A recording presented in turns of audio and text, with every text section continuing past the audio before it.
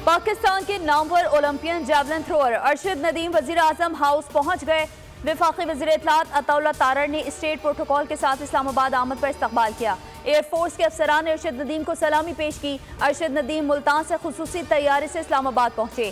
कौमी हीरो वज़ीर आजम के इशाइये में शरीक होंगे। अता तारड़ ने कहा, अरशद नदीम ने वज़ीर आजम की दावत कबूल की, उनके शुक्रगुजार हैं। अरशद नदीम बोले, पाकिस्तान के अवाम और मीडिया का शुक्रिया अदा करता हूँ। जो मेहनत की उसका फल पाकिस्तान के अवाम ने दे दिया। जब थ्रो की तो कोच ने कहा कि 95% गोल्ड मेडल हमारा हो गया है।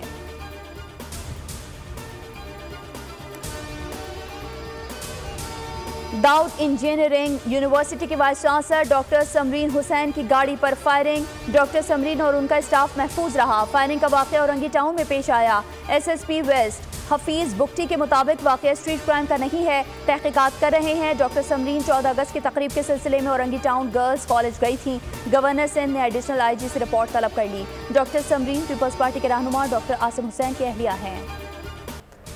पाक फौज ने साबिक DGISI lieutenant general retired Faiz समीद को फौजी तहवील में लेकर कोर्ट मार्शल की कार्रवाई शुरू कर दिया। SPR के मुताबिक पाक फौज ने सुप्रीम कोर्ट ऑफ पाकिस्तान के अहकामात पर अमल करते हुए टॉप सिटी केस में लेफ्टिनेंट जनरल रिटायर्ड फैज समीद के खिलाफ शिकायत की तफसीली तहकीकात की, जिसके बाद पाकिस्तान आर्मी एक्ट के तहत तादीबी कार्रवाई का आगाज कर दिया गया। फैज समीद पर रिटायरमेंट के बाद मुतादिद मौक़ों पर पाकिस्तान आर्मी एक्ट की खिलाफ वर्जी के इल्जामात भी साबित हुए।